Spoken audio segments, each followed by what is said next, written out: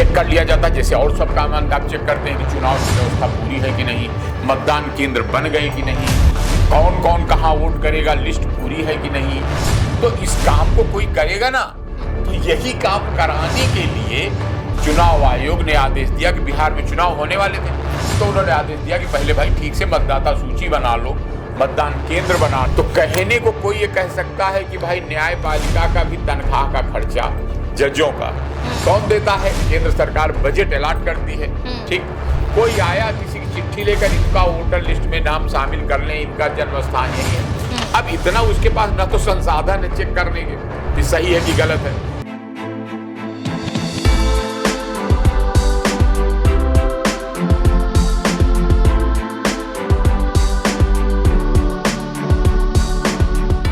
नमस्कार, आज हम बात करने जा रहे हैं एक ऐसे मुद्दे की जो सीधा हमारे लोकतंत्र की जड़ से जुड़ा है। मतदाता सूची का विशेष गहन पुनरीक्षण यानी SIR प्रक्रिया, जिसे चुनाव आयोग देश के 12 राज्यों में शुरू करने जा रहा है। सुनने में ये एक सामान्य प्रशासनिक प्रक्रिया लग सकती है, लेकिन इस बार इसे लेकर बड़ा विवाद खड़ा हो गया है। तमिलनाडु की सत्ताधारी पार्टी DMK ने इस पूरे कदम को सुप्रीम कोर्ट में चुनौती दी है। वहीं कई विरोधी पार्टियों ने और इसके खिलाफ मोर्चा जारी किया है। उनका कहना है कि चुनाव आयोग ने राज्य सरकार से सलाह लिए बिना ये प्रक्रिया शुरू की है, जो संविधान की भावना के खिलाफ है। फिलहाल अब सवाल ये है कि क्या ये पुनरीक्षण चुनावी पारदर्शिता की दिशा में कदम है या फिर राजनीतिक विवाद का नया अध्याय? क्या ये मामला सिर्फ तमिलनाडु तक सीमित है या पूरे देश में चुनावी प्रक्रियाओं पर असर डाल सकता है? इन्हीं सवालों पर आज हम चर्चा करेंगे, जानेंगे कि SIR आखिर क्या है, क्या DMK को आपत्ति क्यों है और सुप्रीम कोर्ट में ये मामला क्या मायने रखता है। तो चलिए शुरू करते हैं आज की बातचीत। हमारे साथ स्टूडियो में मौजूद डॉक्टर सूर्य कुमार शुक्ला जी के साथ। सर, बहुत बहुत स्वागत है आपका। धन्यवाद। सर, SIR प्रक्रिया इस समय चल रही है, 12 राज्यों में चलाई जा रही है। तो सवाल ये जो है, सबसे पहला सवाल ये है कि आखिर SIR है क्या, जिसके चलते इतना बवाल हो रहा है? SIR का फुल फॉर्म होता है स्पेशल इंटेंसिव रिवीजन, मतलब विशेष गहन परीक्षण। किस चीज का? मतदाता सूचियों का। जो चुनाव में मतदाता होते हैं उनकी लिस्ट होती है, हर जिले में होती है, हर विधानसभा क्षेत्र में, लोकसभा क्षेत्र में जब चुनाव देने हम आप सब लोग जाते हैं तो उस समय एक लिस्ट बनी रहती है उनके पास कि इस बूथ पर इस मतदान केंद्र में इतने लोग वोट डालेंगे, तो उसकी लिस्ट होती है। जो लिस्ट में नाम नहीं होता किसी का, वो आदमी अक्सर सुना होगा आपने कि वो गए और उनका वोट ही नहीं था तो लौट आए, तो जिसका नाम उस लिस्ट में हो वही वोट डाल सकता है। अब ये लिस्ट पहले से तैयार की जाती है। तो SIR का मतलब हुआ कि उन लिस्टों को फिर से चेक कर लिया जाए कि सही बनी है कि नहीं। ये जारी आदेश किसने दिया था 12 राज्यों में SIR प्रक्रिया कराने का? देखिए, अब चुनाव आयोग जब भारत का संविधान बना तो धारा 324 के अंतर्गत ये लिखा गया कि देश में एक निर्वाचन आयोग होगा जो राष्ट्रीय स्तर पर काम करेगा। अब क्या उसकी पावर ये दी गई कि वो चुनाव कराएगा, चुनाव के मतदाता सूची तैयार कराएगा, और जिस समय चुनाव चल रहे होंगे उस समय राज्य की सारी मशीनरी जो चुनाव में काम करेगी वो उसके अंडर में हो जाएगी। यानी कि जैसे जिले में DM होता है, SDM होते हैं, तहसीलदार होते हैं, पुलिस होती है, तो ये सब लोग उस समय जब चुनाव चल रहा है तो चुनाव ड्यूटी के दौरान ये सब लोग चुनाव आयोग के अंडर में हो जाएंगे, और जो मतदाता सूची तैयार कराई जाएंगी वो भी चुनाव आयोग के अंडर में तैयार कराई जाएंगी। इसमें बात न राज्य की है न केंद्र की है, यानी राज्य और केंद्र सरकार से अलग एक बॉडी बनाई गई ताकि अगर मान लो इन्हीं को अधिकार दे दिया जाता, राज्य सरकार को या केंद्र सरकार को, तो वो कुछ उसमें अपने हित में कुछ फैसला कर सकते थे। लेकिन इसीलिए कि ये निष्पक्ष रहे चुनाव आयोग, और मशीनरी किसकी रहेगी? केंद्र और राज्य की, यानी कि काम करने वाले उनके हैं, लेकिन कराना है चुनाव आयोग को, तो उसका समय समय पर पुनरीक्षण होता रहे, या जब महसूस हो कि इतने दिन में, सामान्यतः जब चुनाव होने वाले होते हैं तो उसके पहले चेक कर लिया जाता, जैसे और सब काम आप चेक करते हैं कि चुनाव की व्यवस्था पूरी है कि नहीं, मतदान केंद्र बन गए कि नहीं, कौन कौन कहाँ वोट करेगा, लिस्ट पूरी है कि नहीं, इसी तरह कितने लोग वोट देने आ रहे हैं, उनके चुनाव चिन्ह सबके बन गए कि नहीं। यानी कि चुनाव की तैयारी उसी का एक पार्ट है, चुनाव की मतदाता सूची, उसका रिवीजन कर लिया जाए, यही है एसआईआर। तो सर इससे क्या क्या फायदा होगा, पहले ये बताइए आप हमें कि इसको लागू करने के सबसे बड़े लाभ क्या हैं? इसके लाभ ये हैं कि जैसे एक बार विधानसभा चुनाव हुआ आपके यहाँ मान लीजिए, अब उस चुनाव के बाद कुछ लोगों की स्वाभाविक मृत्यु हो जाएगी, कुछ लोग नए होंगे जो 18 साल के पूरे हो जाएंगे। तो न्याय संगत बात यह है कि अपने यहाँ चूंकि एडल्ट फ्रेंचाइज है, यानी कि जो वयस्क होंगे वोट देंगे, तो उनके नाम शामिल किए जाएं और जिनके मर गए हैं उनके नाम हटाए जाएं, और जो लोग कहीं चले गए, मान लो एक लखनऊ से दिल्ली चला गया, नहीं नौकरी के लिए चले गए, किसी काम के लिए चले गए, वहां बस गए, तो उनका नाम यहाँ से हटाया जाए, वहां शामिल किया जाए, यही है ना न्यायपूर्ण बात। तो इस काम को कोई करेगा ना, तो यही काम कराने के लिए चुनाव आयोग ने आदेश दिया कि बिहार में चुनाव होने वाले थे, तो उन्होंने आदेश दिया कि पहले भाई ठीक से मतदाता सूची बना लो, मतदान केंद्र बना लो, किसकी कहाँ ड्यूटी होगी तय कर लो, उसी का चुनाव की तैयारी का एक हिस्सा है, बिहार में किया गया। अब ये काफी दिन से पुनरीक्षण करने का एक मतलब रूटीन में आदेश जाया करता था। अब की बार चुनाव आयोग ने कहा नहीं, ठीक से चेक करो कि गलत ना हो। क्यों? लोग शिकायत करते थे कि अरे वहां तो मरे हुए लोगों के नाम से पर्ची कटा के लोग वोट दिए जा रहे हैं, वो जो कलकत्ता में रह रहे हैं उनके नाम से पर्ची कटा के वोट दिए जा रहे हैं। शासन तो 10 साल से, इतने सालों से बीजेपी का ही है, तो इतने साल पहले अब अचानक से क्या जरूरत आन पड़ी इतने टाइम बाद? कई लोग साहिब जी ये कंफ्यूज करते हैं कि शासन बीजेपी का है तो इसलिए ये बीजेपी का काम है। ऐसी बात नहीं है। चुनाव आयोग जैसे अपने देश में सुप्रीम कोर्ट है, हाई कोर्ट है, उसी तरह एक संवैधानिक स्वतंत्र संस्था है चुनाव आयोग। बहुत कम लोग, उतनी चर्चा नहीं होती इसलिए लोग नहीं जानते। मतलब सरकार के अंडर में चुनाव आयोग नहीं है। चुनाव आयोग स्वतंत्र संस्था है जो संवैधानिक मान्यता उसको है। विपक्षी पार्टियां तो आरोप लगाती हैं कि चुनाव आयोग पर अधिकार कर रखा है बीजेपी ने। चुनाव आयोग पर अधिकार कर रखा ही आरोप इसलिए लगा था, चला वो रहे हैं, ऐसा कुछ मतलब ऐसा होता है। ऐसा होता है कि अब वैसे तो भारत की जनता के द्वारा जो टैक्स इकट्ठा होता है या जो करेंसी छपती है, उसका सारा अधिकार जो है वो भारत सरकार का है। तो कहने को कोई ये कह सकता है कि भाई न्यायपालिका का भी तनख्वाह का खर्चा जजों का कौन देता है? केंद्र सरकार बजट अलॉट करती है, ठीक। उसी तरह चुनाव आयोग को बजट देती है। तैनाती करने का एक प्रक्रिया संविधान में लिखी हुई है कि इस तरह से तैनात किए जाएंगे। तो अब ये गलतफहमी फैला देना कि चूंकि इस समय भाजपा की सरकार है इसलिए चुनाव आयोग उनके अंडर में काम कर रहा है, ये गलतफहमी है। ऐसा नहीं होता। चुनाव आयोग एक स्वतंत्र संस्था है, उसमें नियुक्ति का जो तरीका है उनका वो जहां जहां से जिस प्रकार से आने हैं, कुछ लोग प्रतिनियुक्ति पे आते हैं, ट्रांसफर पर डेपुटेशन मांगते हैं, उनका इंटरव्यू होता है, वो सेलेक्ट किए जाते हैं। कुछ लोग टेम्परेरी उनके अंडर रहते हैं, जैसे जिलों के डीएम, एसडीएम, पुलिस, ये सब लोग टेम्परेरी। जब चुनाव का समय आता है तो मान लिया आदेश जारी हो गया तो उस समय के लिए वो चुनाव आयोग के निर्देश मानेंगे, फिर प्रदेश सरकार या केंद्र सरकार के आदेश नहीं मानेंगे। तो सर ये इस बार 12 राज्यों में ही क्यों की जा रही है और किसी राज्य में क्यों? ऐसा हुआ कि इसमें बहुत सारा सुपरविजन करना पड़ता है केंद्रीय चुनाव आयोग को। तो पहले उन्होंने केवल बिहार में कराया, तो बिहार में जब कराया चुनाव के पहले कि भाई ठीक से चेक करो, अब इसमें एक बहुत बड़ा कैच निकल आया कि तमाम बांग्लादेश के, बर्मा के जो गरीब लोग थे और कुछ लोग योजना के तहत और कुछ कमाने खाने के लिए आ गए और बिहार में, बंगाल में बहुत ज्यादा बस गए। अब चुनाव होने जा रहा तो ये हुआ था भाई क्या आप चाहेंगे कि बांग्लादेशी और बर्मा के नागरिक आपके चुनाव में वोट दें? आए और वहां बस गए और किसी से जो BLO होता है, ब्लॉक लेवल ऑफिसर, तो वो कौन होता है कि जो वोट की लिस्ट बनाया करता है कि ये कटने लायक है, मर गया है, ये जोड़ने लायक है, 18 साल का हो गया है, ये बाहर से आया है, इसका नाम ना शामिल हो। तो कर्मचारी कौन थे? ज्यादातर प्राइमरी स्कूल के अध्यापक थे या आंगनबाड़ी के कर्मचारी थे या दूसरे विभागों के लोग थे, यानी कि ज्यादातर तृतीय श्रेणी, चतुर्थ श्रेणी के कर्मचारी ये लिस्टें बनाया करते थे।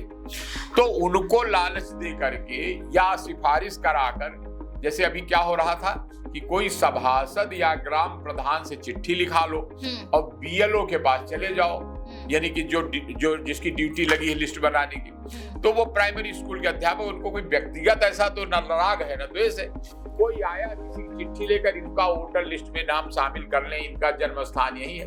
अब इतना उसके पास न तो संसाधन है चेक करने के कि सही है कि गलत है, ना इतना टाइम है, वो अपना काम अलग कर रहा है, प्राइमरी स्कूल का मास्टर है, तो उसने शामिल कर लिया। जब चेकिंग शुरू हुई कि भाई बहुत से बाहरी आ गए हैं, ये तो पूरा चुनाव ही बदल जाएगा, तो उन्होंने कहा कि चेक कर लो कि 2003 में जो लिस्ट बनी थी उस समय के बाद कितने लोग ऐसे हैं जिनके नाम जोड़े गए हैं, गलत तो नहीं है। तो जब देखा गया कि उनके बाप तो कभी यहाँ चुनाव में वोट देते नहीं थे, ये कहां से लोग आ गए, यानी कि जो घुसपैठिए थे वो काफी संख्या में। अब बिहार में जब अनुभव देखा गया तो पहले बार में 68 लाख निकले कि जो गए ही नहीं, दोबारा डर गए कि हम पकड़ जाएंगे, हम बाहरी हैं। नंबर 2, जो मर गए उनके नाम चढ़े थे, तो कुछ राजनीतिक पार्टियां ये चालाकी करती थी कि अपने आदमियों को पहले से मरे हुए की पर्ची दे देती थी कि तुम इस नाम से जाके दे आना। अब वो फोटो मिलान जो वोटर कार्ड थे उनमें इतना क्लियर नहीं था फोटो, पहले गांव में देहात में वोटर बने, फोटो खींचा तो उनका यही है। अब टाइम प्रेशर रहता है उस समय, जब वोट पड़ता है दिन ही में करा देना है, तो जो बूथ के अफसर थे वो ठीक से चेक नहीं कर पाते थे, तो मरे हुए के नाम से लोग वोट डाल देते थे।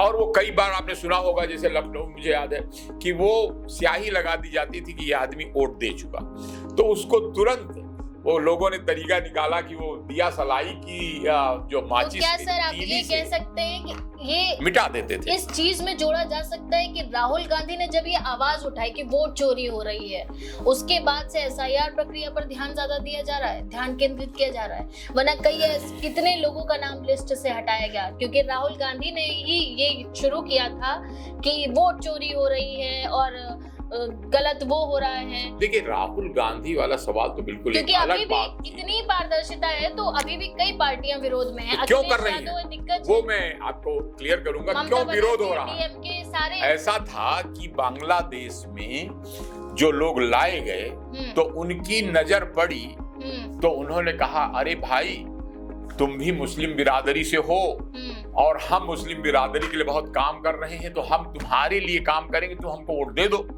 तो हुआ क्या कि कुछ पार्टियां, जैसे असदुद्दीन ओवैसी की पार्टी थी जो कहती है कि हम मुस्लिम लोगों के बढ़ाने के लिए काम कर रहे हैं, हमको वोट दो। और बिहार में राष्ट्रीय जनता दल और यूपी में समाजवादी पार्टी और ममता बनर्जी, इन लोगों की नजर पड़ी कि इतने सारे बांग्लादेशी आ गए हैं, अगर इनको वोटर बनवा लिया जाए तो ये चुनाव में बहुत फायदा करेंगे।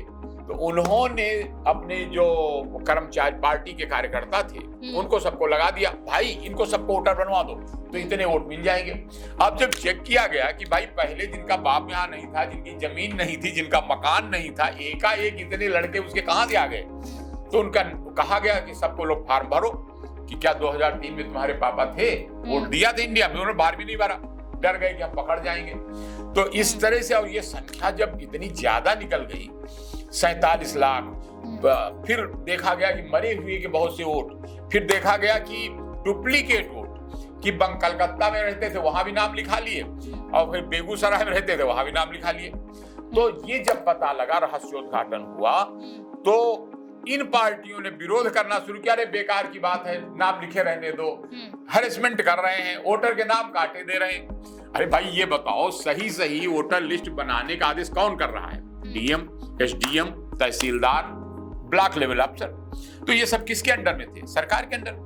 तो जो सही बात, जो पर्ची भराई जाएगी, चेकिंग होगी, तो उन्हीं के तो करना है। जैसे ममता बनर्जी मुख्यमंत्री है, या आपने नाम लिया डीएमके का, तो डीएमके वहां की सत्ताधारी पार्टी है, तो उन्हीं के अंडर में जो डीएम है, एसडीएम है, वही लोग तो बनाएंगे लिस्ट दोबारा। केवल चुनाव आयोग बनवाएगा।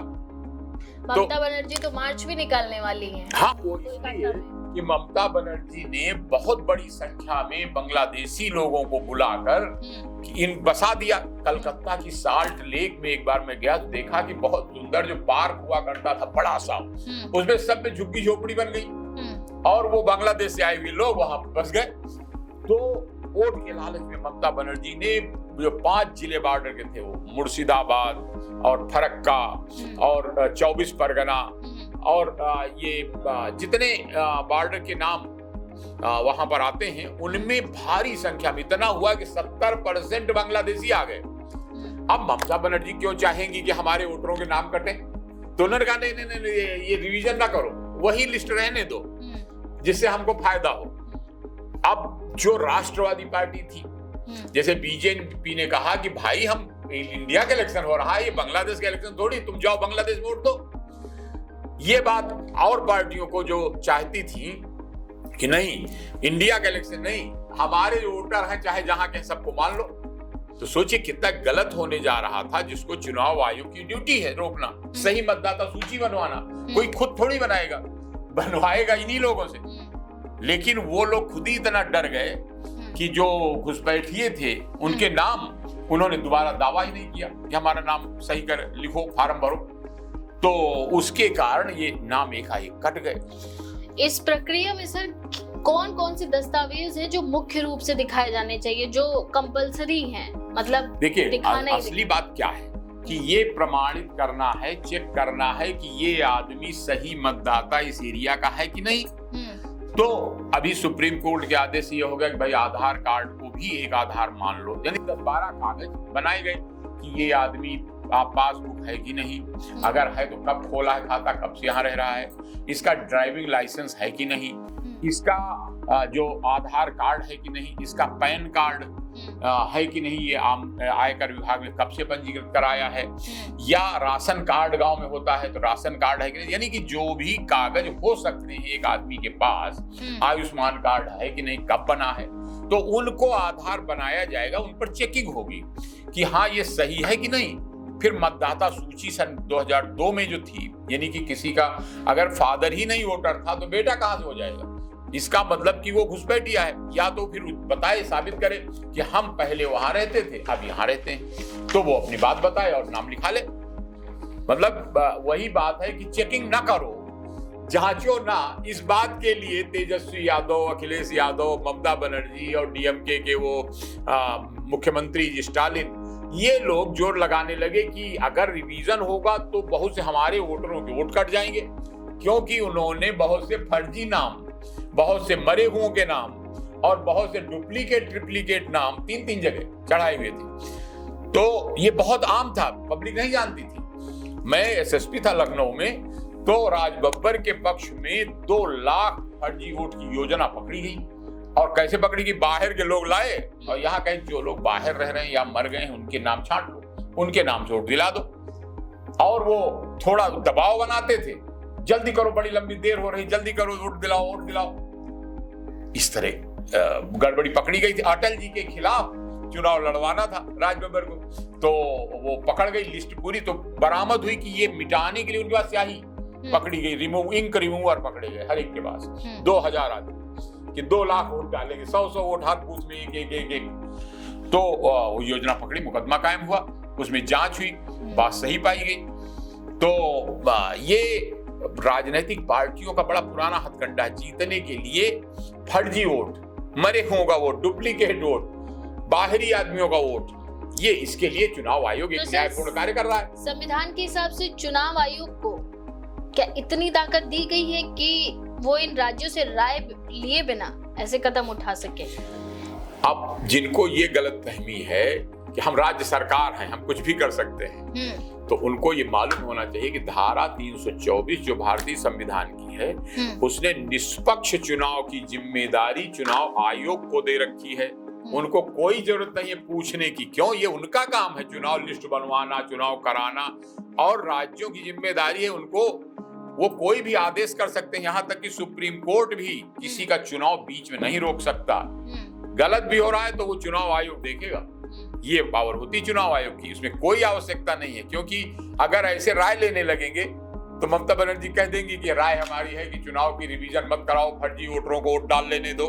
मतलब कहने का मतलब ये चुनाव आयोग स्वतंत्र है, स्वतंत्र है, सक्षम है, संविधान की मान्यता है उसको। क्या विवाद आगे चलकर केंद्र और राज्यों के बीच एक नए संवैधानिक टकराव की शुरुआत भी बन सकता है? ये संयोग की बात है कि आज भाजपा की सरकार है, कल को हो सकता है किसी और पार्टी की सरकार हो।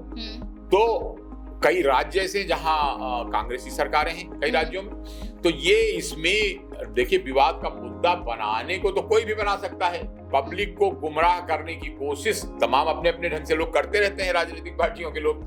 लेकिन ये निर्णय कोई भारत सरकार का है ही नहीं, ये निर्णय है चुनाव आयोग का। तो इसलिए भारत सरकार पर ये दोष देना कि वो लड़ाई हो जाएगी और वो राज्य सरकार और केंद्र सरकार, अरे भाई आपको बात करना आप चुनाव आयोग से बात करो।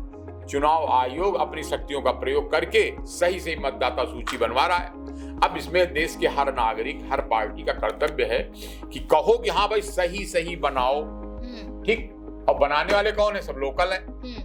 तो ये कहने में क्या तकलीफ है कि योजना न लागू करो, रिवीजन ना करो, ये गलत बात है कि नहीं? कि ऐसे तो मत करो कि चेक ही ना करो, मरे हुए को डालने दो।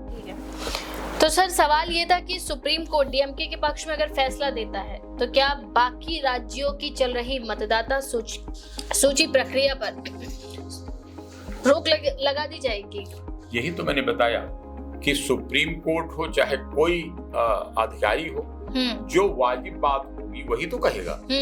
तो अगर सुप्रीम कोर्ट कहता है कि फर्जी, क्या आपको ये लगता है सुप्रीम कोर्ट कह देगा कि फर्जी वोटरों से वोट डलवा दो?